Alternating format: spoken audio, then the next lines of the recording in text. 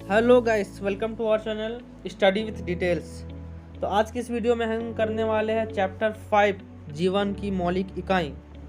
तो आगे बढ़ने से पहले मैं आपको बता दूं कि इस चैनल में आपको हर विषय की डिटेल से पढ़ाई कराई जाती है, ठीक है। और चलिए ज़्यादा टाइम को वेस्ट न करते हुए वीडियो को स्टार्ट करते हैं।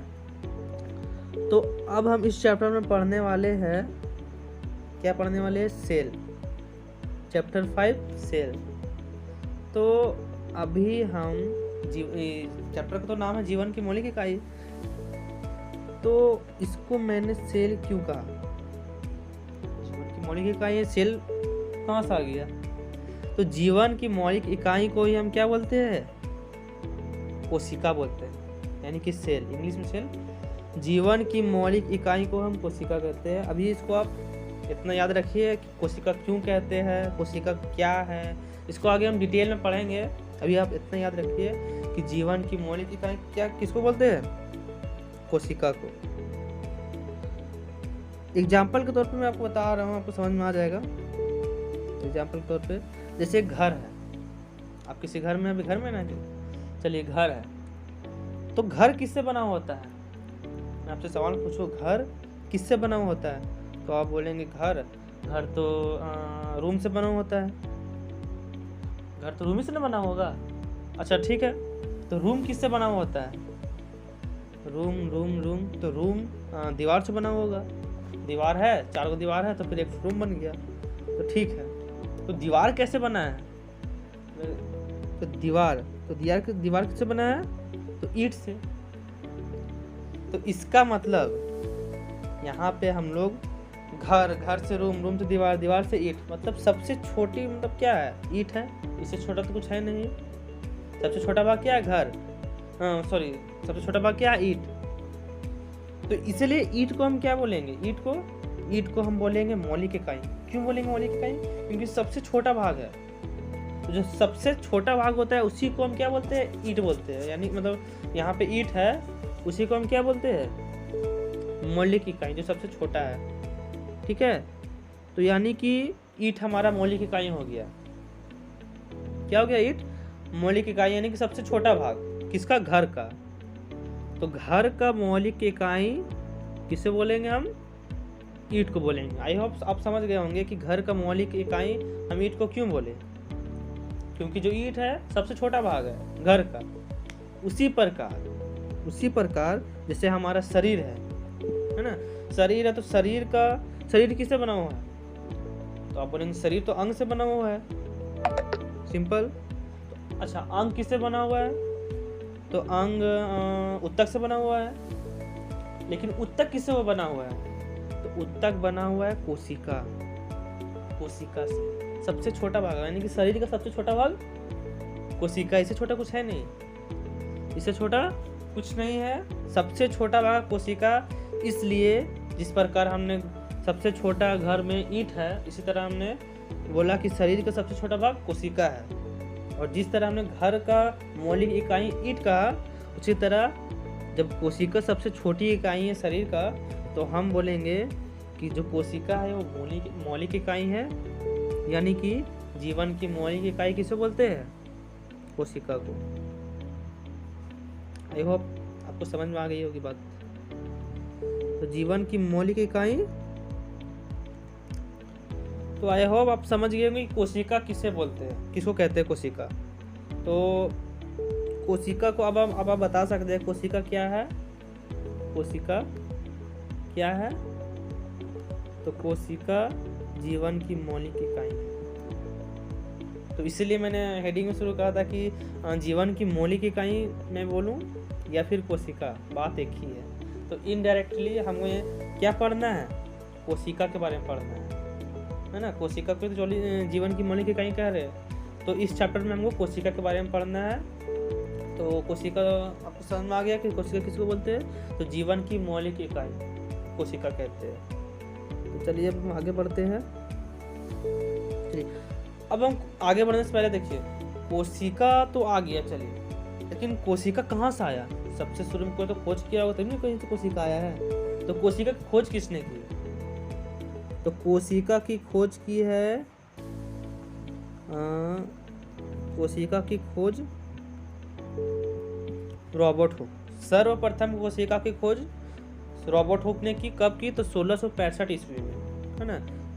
जो कि वो मिलित थी, जो कोशिका की खोज उन्होंने किया था, तो क्या था कि पेड़ का छाल होता है ना, तो पेड़ का छाल जिसको हम कॉर्क बोलते हैं, कॉर्क में उन्होंने देखा था सर्वप्रथम कोशिका, मृत कोशिका थी, वो मरी हुई थी।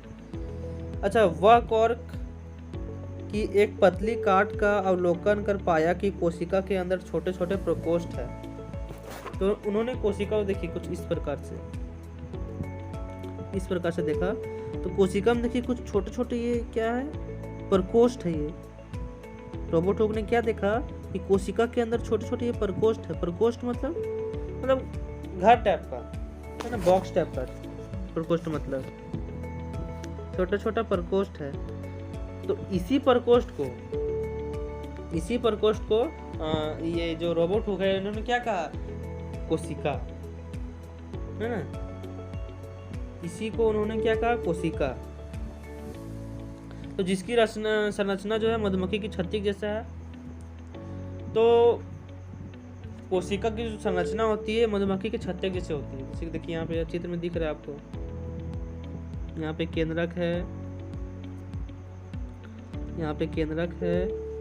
यहाँ पे कोशिका द्रव है। तो सर्वप्रथम कोशिका की खोज किसने की? तो रॉबर्ट हुक ने की। कब की? 1665 ईस्वी में की। अच्छा, उन्होंने क्या देखा उसमें? तो उन्होंने देखा कि छोटे छोटे से प्रकोष्ठ है, और यही प्रकोष्ठ का उन्होंने क्या नाम दिया? कोशिका, सिंपल, है ना, जिसकी संरचना किस तरीके से है? मधुमक्खी की छत्ते की जैसा। बस इसमें ये इतना ही पढ़ना है। अब आगे देखते हैं क्या है। अब रॉबर्ट हुक ने क्या कहा? रॉबर्ट हुक ने वही प्रकोष्ठ जो हमने छोटा छोटा डिब्बा टाइप में देख रहा था, हम सब जो देख रहे थे, तो उन्हीं प्रकोष्ठ को उन्होंने क्या कहा? कोशिका का नाम दिया उन्होंने। अच्छा, कोशिका जो है लैटिन भाषा के शब्द से आया है, जिसका मतलब क्या होता है? छोटा कमरा। कोशिका जो शब्द है लैटिन भाषा के शब्द से आया है, जिसका मतलब होता है छोटा कमरा। ठीक है, बस। अब हम आते हैं आगे चलते हैं। तो 5.1 है। अब देखिए पूरा एनसीईआरटी फॉलो हो रहा है ना, पूरा एनसीईआरटी। अगर आप पढ़ लेते हैं यहाँ पे, तो आपको एनसीईआरटी पढ़ने की बिल्कुल भी ज़रूरत नहीं पड़ेगी। ठीक है, तो एक लाइन दिया हुआ है, एक लाइन मैं आपको बता रहा हूँ, इसमें एक्सप्लेन कर रहा हूँ। एक लाइन इसमें लिखा हुआ है। तो सजीव किससे बने होते हैं? तो इसके लिए मैं एक एग्जाम्पल लेता हूँ प्याज का। ठीक है, इसको समझाने के लिए प्याज का एनसीईआरटी में यही दिया हुआ है। तो सजीव किससे बने होते हैं? तो समझने के लिए प्याज का एक टुकड़ा ले सबसे पहले, है ना। इससे प्याज की भीतरी सतह से झिल्ली हटा दे। प्याज जब देखेंगे तो उसमें पतला सा व्हाइट कलर का झिल्ली होता है ना। उसको हटा के उसको तुरंत वाच गिलास में रखे, जिसमें पानी भरा हुआ वाच गिलास में क्या रखना है? उसे रखना है, किसको रखना है? यही प्याज की झिल्ली को। ठीक है, प्याज की जो झिल्ली है, इसी को हमको कहाँ रखना है? वाच गिलास में, जिसमें पानी भरा हो, पानी भी होगा इसमें।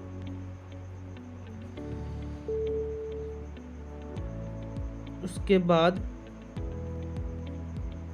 कांच की अलग से स्लाइड लेना है फिर उसमें, और इस पर पानी की एक बूंद डालें, उसमें पानी की एक बूंद डालना है। और उसके बाद तथा कांच क्या है? वाच गिलास से प्याज की झिल्ली को स्लाइडर पर रखिए। इसमें एक बूंद आयोडीन डालिए और इसे कवर स्लिप से दाग दीजिए। देखिए क्या करना है। सबसे पहले एक प्याज का टुकड़ा लेना है। ठीक है, उसमें से झिल्ली को हटा देना। पतला झिल्ली होता है, झिल्ली, उसी को हमको अवलोकन करना है। तो झिल्ली को क्या करना है कि पानी से भरा हुआ वाच गिलास में रख देना है। पानी से भरा हुआ वाच गिलास में रख देना है झिल्ली को। उसके बाद उसको क्या करना है कि कांच की स्लाइड में रखना है। ठीक है, इसमें एक बूंद, उसके बाद एक बूंद क्या डालना है? पानी भी डालना है, और फिर जो झिल्ली को रखना है, ठीक है। प्याज के जो टुकड़े की झिल्ली है उसको यहाँ पे रखना है। अब रखने के बाद उसमें 1 बूंद आयोडीन डालना है, 1 बूंद। उसके बाद स्लिप से अच्छा से ढक देना है, कवर स्लिप से ढकने वाला होता है, उसको अच्छे से ढक देना है ना।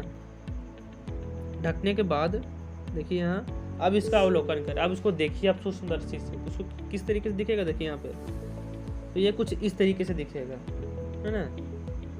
ये कुछ इस तरीके से दिखेगा, इस तरीके से छोटे छोटे प्रकोष्ठ, जैसे हमने पीछे देखा था कि छोटा छोटा प्रकोष्ठ दिखेगा। और इसी को क्या बोलते हैं, इसी को तो हमने बोला था कोशिका, सिंपल। तो आई होप आप समझ गए होंगे यहाँ तक। चलिए अब हम आगे बढ़ते हैं। तो ये संरचनाएं क्या है, यही संरचनाएं तो क्या है, तो सेल है, कोशिका है। तो ये सभी संरचनाएं मिलकर प्याज बनाती है। तो हमने प्याज को पहले क्या, प्याज की जो छोटी सी जो छिलका है, मतलब जो पतले झिल्ली, तो उसमें क्या देखा, छोटा छोटा प्रकोष्ठ देखा, यानी कि जिसको हम सेल कहा, कोशिका। तो ये सभी संरचनाएं मिलकर प्याज बनाती है, छोटे छोटे सब मिलकर प्याज बनाई है। ये छोटी छोटी संरचनाएं जो हम उपरोक्त चित्र में देख रहे हैं, ये जो देख रहे हैं हम, वो प्याज की एक मूलभूत इकाई है। प्याज की मूलभूत इकाई है, मतलब सबसे छोटा भाग है प्याज का ये, ठीक है। तो आज की इस वीडियो में इतना ही रहने देते हैं, आगे हम क्लास को जारी रखेंगे।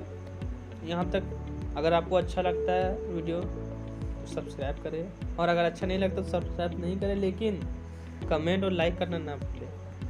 तो थैंक्स फॉर वॉचिंग, मिलते हैं अगली वीडियो में।